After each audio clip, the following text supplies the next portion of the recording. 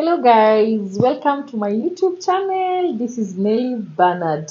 Guys, before I tell you what the video is about, but najua mshaona kwa title. So today is a very special day for Meru farmers. Actually, it is not only Meru farmers because people come all the way from Embu County, Tharaka Nithi County. Okay, let me say it's the dairy farmers, all the dairy farmers who take their milk to Meru Dairy Cooperative. It is a very good, beautiful day, and I've woken up so well. I want to get ready so that I cannot be left because I want to join them, and we are going with a bus. So actually, they will pick me on the road so that we go to Meru Dairy because if you don't have like the hat and the kakofia, it's like the entry ticket. You have to pay for 250 shillings so that you can access the vicinity. Mchonga vicinity ama inaitangwa nini? Okay, so they hold it every year. It is usually once per year. It is an annual event. This is the ninth. Yeah, I guess this is the ninth. We'll be knowing on the it is the ninth. I remember it is the ninth annual Farmers Day for Meru Dairy Farmers. So I'm really excited. But before I continue, guys, I'm road to 5K subscribers. So please consider subscribing to my YouTube channel for such content. You know, when you click to like and watch the video, you subscribe, it really supports my channel. Just hit that subscribe button, guys, and so that you can be learning with me. I can show you different ways of farming and livestock keeping. So I'm here in the house. I want to start getting ready so that I take you with me to Meru Dairy Farmers.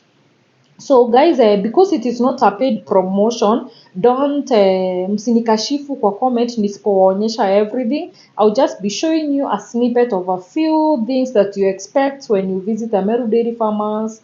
Okay, there are so many exhibitions done by different companies for agrochemicals, for seed companies, and even for the animal feeds and livestock stuff.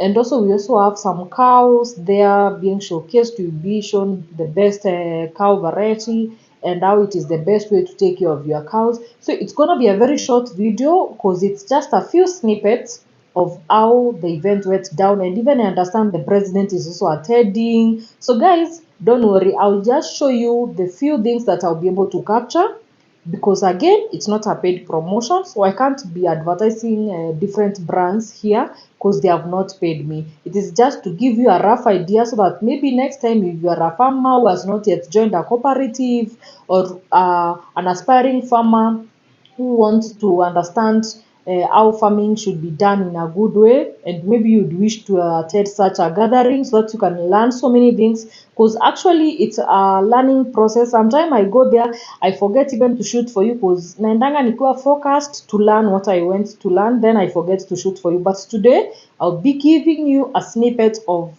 the few things that will be there. So guys, without further ado, let me not take much of your time. Let me go get ready and see you on the road.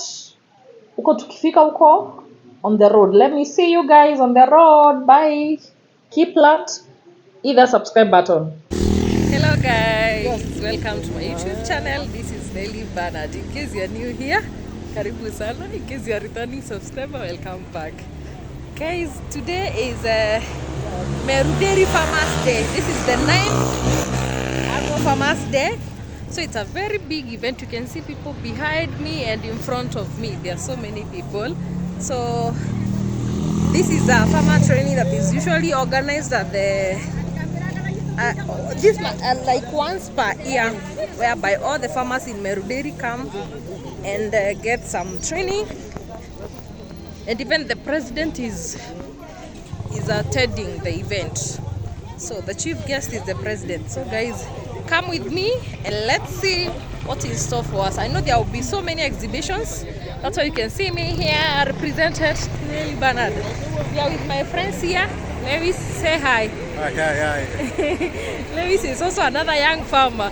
We are the young farmers. I can tell you for free, ukiangalia the population that is here, I think hata 1% hata ndo inaweza kuwa young people. The rest ni watu wazee. So sisi watu wanashangaa sisi Rada, who taught us how to do dairy farming early. So guys, come with us and spend the day with us. Let's see what in store for us.